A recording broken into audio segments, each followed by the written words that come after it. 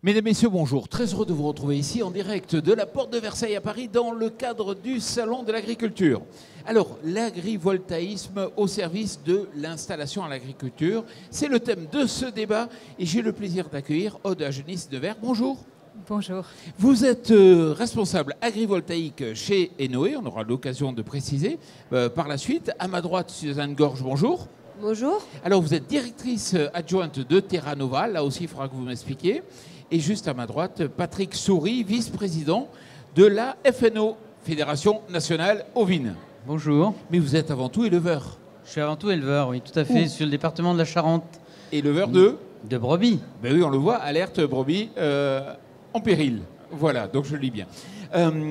Alors, Terra Nova, qu'est-ce que c'est Terra Nova ? Alors Terra Nova, c'est un think tank généraliste, donc on n'est pas spécialiste des sujets agricoles, mais évidemment ça nous intéresse. Et depuis 3 ans, on a commencé à pas mal écrire et publier des rapports sur ce sujet. Moi notamment, j'ai travaillé sur la consommation et la production de bio il y a 2 ans.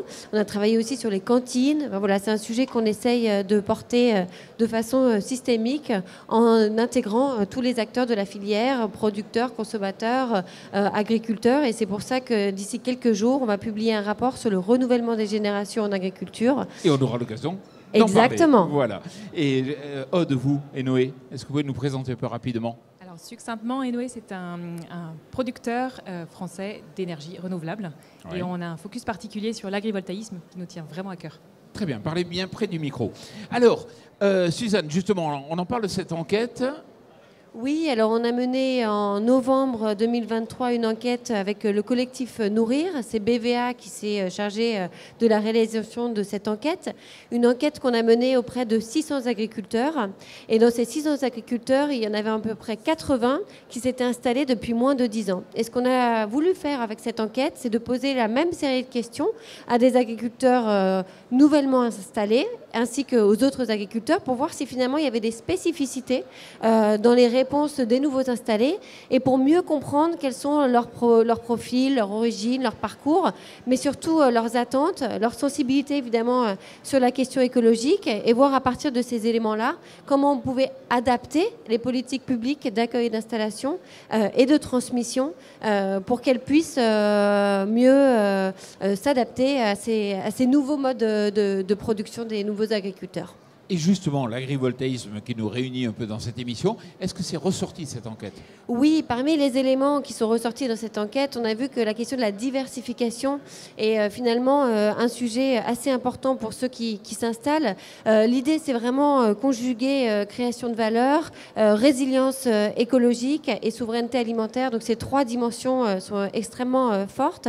Ce qu'on voit, c'est qu'aujourd'hui, un agriculteur sur 5 est biactif. Donc de toute façon, la question du revenu et la complémentarité du revenu faisait déjà partie des éléments qui étaient sur la table. Mais ce qu'on voit, c'est qu'aujourd'hui, parmi ceux qui s'installent, ils ont envie de transformer, ils ont envie d'être en circuit court, ils ont envie d'avoir des revenus complémentaires et les ENR font partie des dispositifs qui sont fréquemment mis en avant dans les réponses de ces nouveaux installés. Patrick, ça veut dire que quelque part la production d'énergie, c'est une diversification peut-être à imaginer comme une culture. Alors ça peut être une diversification, c'est surtout une complémentarité avec de l'élevage, où l'élevage reste majoritaire dans la composition à la fois du revenu et de l'activité. C'est bien la production d'énergie qui doit s'adapter à la production agricole. C'est d'ailleurs ce qui est inscrit dans la loi et dans les décrets qui vont paraître là dans quelques jours, nous l'espérons, pour clarifier un petit peu toutes ces situations-là. La production agricole, la production de brebis, de lait de brebis, d'agneaux, doit rester majoritaire. C'est une complémentarité de revenus. Complémentarité, puis ça peut être aussi une réelle opportunité pour mettre le pied à l'étrier à des porteurs de projets qui n'ont pas forcément d'origine agricole. D'accord. Justement, est-ce que vous avez des exemples de jeunes qui ont pu s'installer, vous, Aude, alors qu'ils n'auraient peut-être pas pu s'installer s'il n'y avait pas eu l'apport du revenu complémentaire ? Oui, alors tout à fait. C'était une démarche qu'on a eue avec la création d'Enoé aussi, d'aller dans ce sens, d'aider par les projets agrivoltaïques un agriculteur à s'installer, un jeune à s'installer et un cédant à prendre sa retraite. Et donc en Haute-Vienne, on a aujourd'hui 3 jeunes qui vont s'installer. Il y en a un qui est déjà installé, sachant qu'avec les pas de temps qui sont ceux des projets agrivoltaïques, le projet n'est pas encore construit, mais on a déjà un jeune qui travaille. D'ailleurs, il devait être là aujourd'hui, mais il est en train de faire ses agnelages. Donc voilà, ça permet de s'affranchir finalement de la partie, alors c'est sur des portages de foncier qu'on fait, et ça permet de s'affranchir de l'achat de l'exploitation agricole pour consacrer les investissements à l'activité agricole et lancer les jeunes sans avoir ce plomb de l'investissement initial. Suzanne, ça veut dire qu'il y a des nouveaux modèles économiques à imaginer? Moi, surtout, ce qui m'a frappé dans les réponses de cette enquête, c'est de voir que la temporalité du projet aujourd'hui n'est pas forcément la temporalité du projet d'hier, avec des gens qui arrivent, et pas forcément des jeunes d'ailleurs, mais des gens qui ont envie de s'installer en agriculture aujourd'hui et qui envisagent ou qui imaginent ce projet agricole, pas forcément à l'échelle d'une vie, mais ça peut être 10, 15 ans. Et donc, ça fait que ça a des incidences évidemment sur le modèle productif, mais également sur les infrastructures, sur la question du foncier, parce que c'est des gens qui n'ont pas forcément envie de s'engager en prenant un prêt sur 20 ans. Et donc, derrière ça, je pense qu'il faut réorienter ou en tout cas envisager les aides et les soutiens publics de façon un peu différente pour pouvoir s'adapter aux attentes de ce nouveau public. Patrick, c'est tous les nouveaux installés qui ne viennent pas forcément du secteur agricole et qu'il faut accepter et inviter justement sur des modèles un petit peu différents. Et dont on a besoin pour assurer ce challenge du renouvellement des générations. On sait pertinemment que ce renouvellement, il ne se fera pas comme auparavant par des filles ou des fils d'agriculteurs. Et donc c'est aussi une réelle opportunité qu'on a avec des visions complètement différentes. L'accueil de nouvelles ressources humaines dans le domaine de l'élevage et de l'élevage ovin particulièrement, c'est peut-être une richesse. Patrick, une question agronomique. Est-ce qu'aujourd'hui vous êtes capable de dire, effectivement, dans un modèle donc agrivoltaïque où il y a à la fois la production, donc l'élevage et en même temps la production d'énergie, est-ce qu'on observe une meilleure pousse de l'herbe, par exemple, sous les panneaux? Est-ce qu'il y a un effet d'ombrage qui est intéressant ou pas? Alors, on a peu de recul encore. Pour autant, quelques 2-3 années, là, des expérimentations qui sont faites avec l'INRAE, notamment. Les premiers résultats laissent à penser que la pousse de l'herbe, elle est à peu près identique. Elle est différente sur la saison. C'est-à-dire un peu plus précoce parce que la présence de panneaux permet aussi d'éviter des gelées. Et puis, certes, peut-être une explosion de l'herbe comme on peut avoir au printemps, peut-être un peu moindre, mais avec une pousse de l'herbe plus tardive sur le début de l'été notamment. Ce mix justement entre l'activité d'élevage et l'activité de production agrivoltaïque, vous le partagez totalement, vous en tant qu'opérateur? Complètement. Alors aujourd'hui, il y a une loi qui l'encadre, comme on disait tout à l'heure. La loi permet déjà de s'assurer que la production d'énergie va rendre un service à l'activité agricole. Donc c'est même au-delà de la compatibilité. On est vraiment dans une synergie, dans le service. Et donc ces deux productions vont pouvoir... disons que la présence d'une installation agrivoltaïque va permettre aussi d'avoir une certaine pérennité de l'activité agricole par un lissage aussi des rendements, comme on disait, avec la pousse de l'herbe qui va pouvoir être étalée dans le temps, avec aussi une protection par rapport aux aléas climatiques qui malheureusement se multiplient avec le changement climatique. Donc on est complètement aligné avec ça. Et l'idée aussi, c'est d'être vigilant à ce que les outils agrivoltaïques soient adaptés à la production agricole. Et comme on disait tout à l'heure, sur aussi les possibles changements d'activité, qu'elles soient adaptables. Et ça, c'est des choses sur lesquelles il faut vraiment avoir de la vigilance.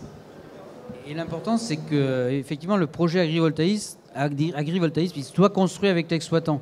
Parce qu'en fonction de son mode d'élevage, de la manière de faire pâturer aussi, ça doit vraiment être co-construit avec l'exploitant. Voilà. Il y a le développeur et puis il y a l'exploitant. Et cette synergie entre ces deux acteurs, finalement, sur un même territoire, est un gage de réussite sur la pérennité des deux activités. Mais ça peut avoir un impact sur le foncier. Oui, mais je voulais juste réagir par rapport à ce que vous disiez. Je pense que cette question, c'est aussi une question de sécurisation. Cette diversification des activités, elle permet aussi de sécuriser ces sources de revenus. Et on sait que les aléas climatiques sont beaucoup plus nombreux. Et malheureusement, ça va pas s'arranger demain. Donc il y a une question de complémentarité de revenus, mais il y a aussi une question de sécurisation. Et ça, je pense que c'est vraiment important de le rappeler. Ça veut dire ne pas mettre tous ses œufs dans le même panier. Exactement. Et plus on a de productions différentes et a fortiori sur la même surface, c'est encore mieux. Oui, tout à fait. Et je pense que c'est aussi un modèle qui est souvent mis en avant par les jeunes agriculteurs, c'est-à-dire d'avoir aussi une multitude de petites choses. Alors après, moi j'ai interviewé dans le cadre de mon rapport de nombreux agriculteurs et c'est vrai qu'au moment où on s'installe, il y a quand même au début beaucoup de temps qui est passé à la formation pour comprendre et pouvoir vraiment s'implanter. Et après, c'est une deuxième étape, commencer à se diversifier, etc. Mais ils ont tous, en tout cas, enfin tous ceux que j'ai interrogés, avaient ça en ligne de mire, mais ça vient dans un second temps. Justement, l'impact sur le foncier, ça veut dire... Ça pose la question, ça je pense que vous l'avez dit, on manque peut-être aussi aujourd'hui un peu de recul. On va voir quel est l'impact sur la qualité des terres d'ici quelques années, parce qu'il y a quand même moins d'eau, il y a moins de soleil. Donc il y a de jeunes agriculteurs qui s'inquiètent aussi de savoir si aujourd'hui les terres sur lesquelles ils sont en fermage pourront être demain revendues ou réutilisées pour d'autres usages qui seront économiquement peut-être plus rentables pour les propriétaires. Donc ça c'était vraiment aussi le sujet, je pense, qui un peu d'inquiétude de la part des agriculteurs et on comprend. Mais donc on verra d'ici 10-15 ans quels seront les impacts écologiques pour vraiment les propriétés des sols. Mais je pense que pour l'instant c'est un petit peu trop tôt. Mais je vous laisse. Ça veut dire qu'on est au début d'une histoire quelque part et que ça se construit absolument chaque année. Oui, je vous rejoins complètement. On est dans une nouvelle filière qui est en plein essor et qui va très vite parce qu'on a des besoins aussi énergétiques qui imposent un développement rapide. Et donc, on est aussi en forte attente sur des retours d'expérience, que ce soit sur la production photovoltaïque aussi, sur la production agricole, sur la biodiversité. Et tout doit se mener un peu de front pour qu'on puisse nourrir les nouveaux projets de l'expérience des précédents. Alors, ce fameux décret dont vous avez parlé, dont l'horizon recule un peu comme l'horizon et la mer de la mer, c'est-à-dire que là, on l'attend peut-être mi-mars, je ne sais pas quand c'est qu'il va arriver. Globalement, il y a ce taux de couverture de 40%. Aude, ça vous convient, 40%? 40%, ça dépend de quoi on parle, ça dépend de quelle production, ça dépend dans quel type de panneau, de structure. En fait, l'agrivoltaïsme est aussi diversifié que les productions agricoles, même aussi diversifié que les développeurs, que les projets, que les agriculteurs. Et c'est vrai que donner un chiffre 40% brut, ça laisse, je pense, tout le monde un peu sur sa faim. C'est une excellente chose que de vouloir cadrer. Et en revanche, le cadre est difficile à poser parce que, comme on disait, on manque de retour d'expérience. Aujourd'hui, ça sera sûrement adapté pour certaines conditions, mais certainement pas pour tous les projets. Et au sein de la FNO, on en pense quoi? Au sein de la FNO, on pense qu'effectivement, il faut fixer des règles. Le 40%, il est déterminé en prenant quelle surface? Là aussi, il y a un certain nombre de questions qu'il faut traiter. Hein, donc... et puis, bien évidemment, à l'échelle d'une exploitation, de toute façon, l'activité agrivoltaïsme ne couvre pas la totalité d'une exploitation. Parce qu'un éleveur a besoin aussi de faire du stock pour l'hiver ou pour les périodes plus sèches. Et donc, sur le reste de l'exploitation, il y a une activité classique. Il y a sur une partie... une activité d'agrivoltaïsme complémentaire de la production agricole, mais sur le reste de l'exploitation, malgré tout, on doit permettre à l'exploitant d'assurer une autonomie fourragère pour s'affranchir aussi des aléas, des cours, des matières premières, etc. L'autonomie fourragère, elle est aussi un gage de pérennité d'un projet agricole. Juste pour finir, Suzanne, votre enquête, on peut la retrouver où, comment ? Alors, il y a déjà toute une partie de l'enquête qui est publiée sur le site du collectif Nourrir et sur le site de BVA. Et nous publions notre rapport beaucoup plus complet, vraiment centré sur la question du renouvellement des générations d'agriculture. A priori, vendredi, vous pourrez trouver également le lien sur l'enquête sur le site de Terra Nova, www.tenova.fr. Suzanne Gorge, merci beaucoup. Patrick Souris, merci d'être venu ici sur ce plateau TV Agri dans le cadre du Salon de l'Agriculture. Aude Agenis-Nevers, merci beaucoup. Et surtout, merci à vous.